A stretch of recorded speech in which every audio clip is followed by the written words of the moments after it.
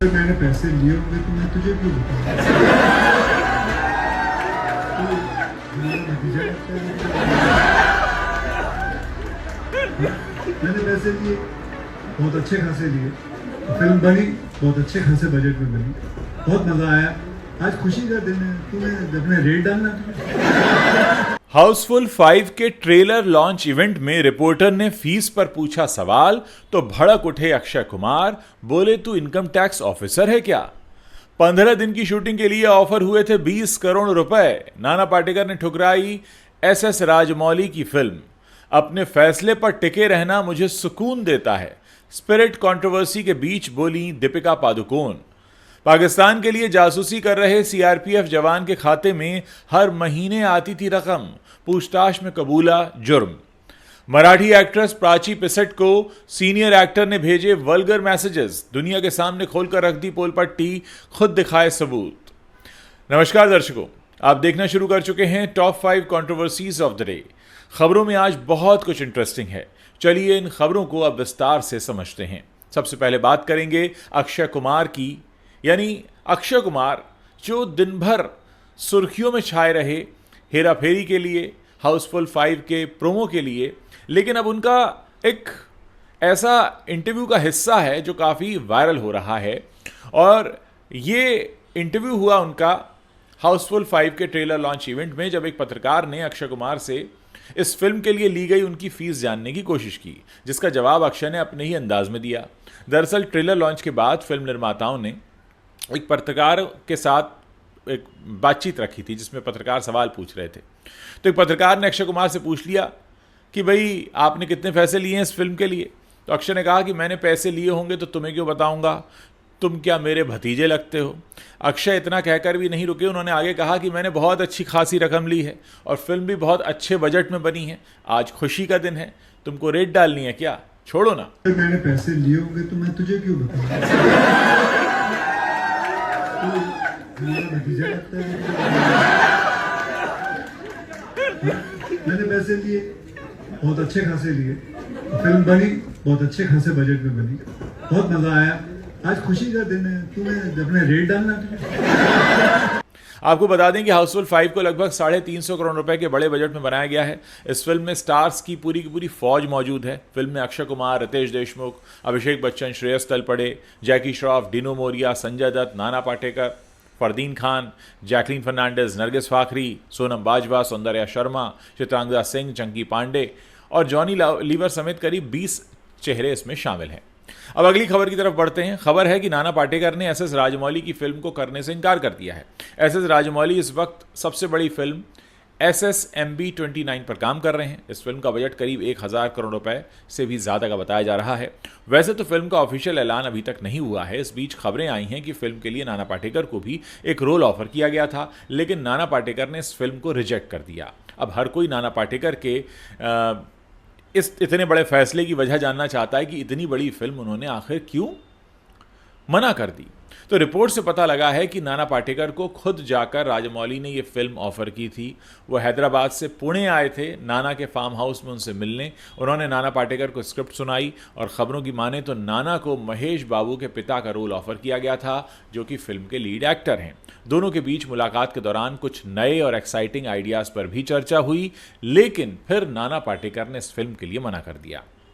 नाना के मुताबिक ये ऐसा काम नहीं है जिसे वो करना चाहते हैं। नाना को उनका कैरेक्टर पसंद नहीं आया, इसके लिए वो लिमिटेड शूटिंग शेड्यूल भी नहीं देना चाहते थे। रिपोर्ट्स बताती हैं कि नाना पाटेकर को 15 दिनों की शूटिंग के लिए पूरे 20 करोड़ रुपए ऑफर किए गए थे, यानी हर दिन का लगभग 1 करोड़ 30 लाख रुपया, लेकिन फिर भी उन्होंने इस रोल को करने से इनकार कर दिया।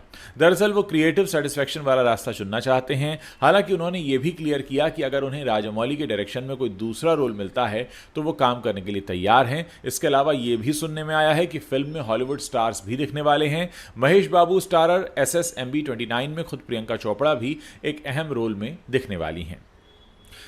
अब बात करते हैं दीपिका पादुकोण की, जिन्होंने स्पिरिट कंट्रोवर्सी पर चुप्पी तोड़ दी है। जी हां, संदीप रेड्डी वांगा की फिल्म स्पिरिट से दीपिका पादुकोण के बाहर होने के बाद संदीप रेड्डी वांगा ने बीते दिनों एक क्रिप्टिक पोस्ट शेयर किया था, जिसमें उन्होंने दीपिका पादुकोण पर निशाना लगाया था। इस पोस्ट के बाद ये मामला तूल पकड़ता दिख रहा है, दोनों के फैंस भी आपस में भिड़ रहे हैं। इस बीच दीपिका पादुकोण का एक बयान सामने आया है जो अब चर्चाएं बटोर रहा है। दीपिका पादुकोण सोमवार देर शाम एक इवेंट में पहुंची थी। इस दौरान पर्सनल और प्रोफेशनल लाइफ में आने वाली चैलेंजेस से निपटने के सवाल पर दीपिका पादुकोण ने एक जवाब दिया। असल में इस दौरान दीपिका ने कहा कि मुझे लगता है कि जो चीज़ मुझे संतुलित रखती है, बैलेंस रखती है, वो सिर्फ सच्चा होना है और प्रामाणिक होना है। जब भी मैं मुश्किल परिस्थितियों या मुश्किल हालातों का सामना करती हूँ तो मुझे लगता है कि अपने अंदर की आवाज़ को सुनने और सिर्फ निर्णय लेने और उन फैसलों पर टिके रहने में सक्षम होना ही मुझे वास्तव में शांति देता है। तब मैं सबसे ज़्यादा कंफर्टेबल महसूस करती हूँ। स्पिरिट से जुड़े विवाद और संदीप रेड्डी वांगा के उस क्रिप्टिक पोस्ट के बाद दीपिका पादुकोण का यह बयान आना, लोग अब उसको जोड़ कर देख रहे हैं। बयान काफ़ी वायरल भी है। हालांकि इस बयान के दौरान दीपिका ने स्पिरिट या संदीप रेड्डी वांगा का ना तो नाम लिया, ना ही इस बारे में कोई बात कही, लेकिन फैंस जो हैं वो दीपिका के इस बयान को इस पूरे मामले से और संदीप रेड्डी वांगा के जवाब से जोड़ कर देख रहे हैं। अब बात करते हैं अगली खबर की। एनआईए ने शनिवार को सीआरपीएफ जवान को एक गिरफ्तार किया है और ये सीआरपीएफ जवान पर आरोप यह है कि देश से गद्दारी कर रहा था। अब इस मामले में एक बड़ा खुलासा भी हुआ है। सीआरपीएफ के जवान ने अपने बयान में कहा कि वो गलती से फंस गया था और उससे बाहर नहीं आ पाया। आरोप है कि सीआरपीएफ जवान मोतीराम जाट ने भारत की संवेदनशील जानकारियों को पाकिस्तान भेजा है। मोतीराम को इसके लिए पैसे मिले थे। जासूसी के आरोपी जवान को सीआरपीएफ ने बर्खास्त कर दिया है।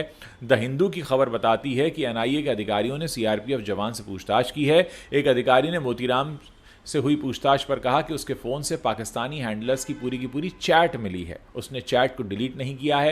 एनआईए अभी जांच करेगी कि उसने कुछ और डिलीट किया है या नहीं। उसे अपनी गलती का एहसास है और वो पछता भी रहा है। उसने बताया कि पाकिस्तानी हैंडलर्स के जाल में वो फंसता चला गया और निकल नहीं पाया। रिपोर्ट्स के मुताबिक मोतीराम 2023 से पाकिस्तान को संवेदनशील जानकारियाँ भेज रहा था। उसे पाकिस्तानी इंटेलिजेंस की तरफ से फ़ंड भी मिलता रहा है। मोतीराम के फ़ोन के अंदर उसमें चैट मिला है, साथ ही बैंक अकाउंट में भी एक अहम सुराग मिला है। अधिकारियों ने बताया कि उसके खाते में हर महीने करीब 3,000 रुपये आते थे और ये रकम विदेशी अकाउंट के ज़रिए ट्रांसफ़र होती थी। इसी वजह से उस पर शक और गहरा होता चला गया। अब बात करते हैं अगली खबर की। एंटरटेनमेंट इंडस्ट्री में काम करना अब आसान नहीं रहा है। ख़ासतौर पर महिलाओं को कई तरह की परिस्थितियों का सामना करना पड़ता है, फिर चाहे हिंदी सिनेमा हो, साउथ हो, मराठी हो या फिर टीवी की दुनिया हो। पिछले कुछ सालों में कई एक्ट्रेसेस ने अपने साथ हुई कुछ अजीबोगरीब घटनाओं पर खुलकर बात की है, जिससे एंटरटेनमेंट इंडस्ट्री की पोल खुल चुकी है।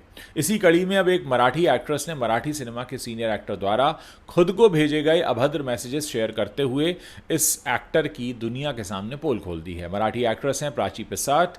इन्होंने सोशल मीडिया पर कुछ स्क्रीनशॉट शेयर करते हुए एक एक्टर हैं सुदेश महशिलकर, उन पर अभद्र मैसेज करने के आरोप लगाए हैं, जिसके बाद इंडस्ट्री में काफ़ी हलचल तेज़ हो गई है। सुदेश ने प्राची को जो मैसेजेस भेजे थे वो मराठी में हैं, जिनका मतलब है तुम मुझे अपना नंबर दो, मुझे तुमसे फ्लर्ट करना है, तुम कितनी स्वीट दिखती हो। वहीं एक और मैसेज में लिखा था तुम बहुत सेक्सी लगने लगी हो, वाओ। प्राची पिसट ने तस्वीरें जैसे ही शेयर की, सोशल मीडिया यूजर्स के बीच इसकी चर्चा होने लगी। इस पोस्ट के बाद प्राची ने अपनी इंस्टाग्राम स्टोरी पर एक पोस्ट शेयर करते हुए बताया कि उन पर इस पोस्ट को डिलीट करने और चुप रहने का दबाव बनाया जा रहा है, लेकिन वो अड़ी रहीं और उन्होंने ये पोस्ट नहीं हटाया। उन्होंने लिखा मुझे पोस्ट हटाने और चुप रहने का दबाव मुझ पर बनाया गया था और मुझे लगता है कि ये पोस्ट मेरे इंस्टा फीड में रहने का हकदार है। तो दोस्तों, अक्सर इस तरह की घटनाएं सामने आती हैं जिससे पता चलता रहता है कि फिल्म इंडस्ट्री में लड़कियों का काम करना थोड़ा मुश्किल ज़रूर होता है। अक्सर उनके पास इस तरह के मैसेजेस भेजे जाते हैं, उन्हें कई बार इस तरह के इशारे दिए जाते हैं जिसमें कि उन्हें ये कहा जाता है कि आप हमारे साथ कॉम्प्रोमाइज़ करिए, तब आपको इस इंडस्ट्री में आगे बढ़ने का मौका मिलेगा। ये कोई पहली बार नहीं हुआ है, इससे पहले भी कई सारी ऐसी घटनाएं आती रही हैं। आप लोग इस पूरे मसले पर अपनी क्या राय रखते हैं? आप अपनी राय मेरे वीडियो के नीचे पोस्ट कर सकते हैं। अगर वीडियो पसंद आया हो तो इसे शेयर ज़रूर करें, और हाँ, जाने से पहले चैनल को सब्सक्राइब करके जाइए ताकि जब भी हम कोई नया वीडियो पोस्ट करें उसकी जानकारी आप तक तुरंत पहुँच सके।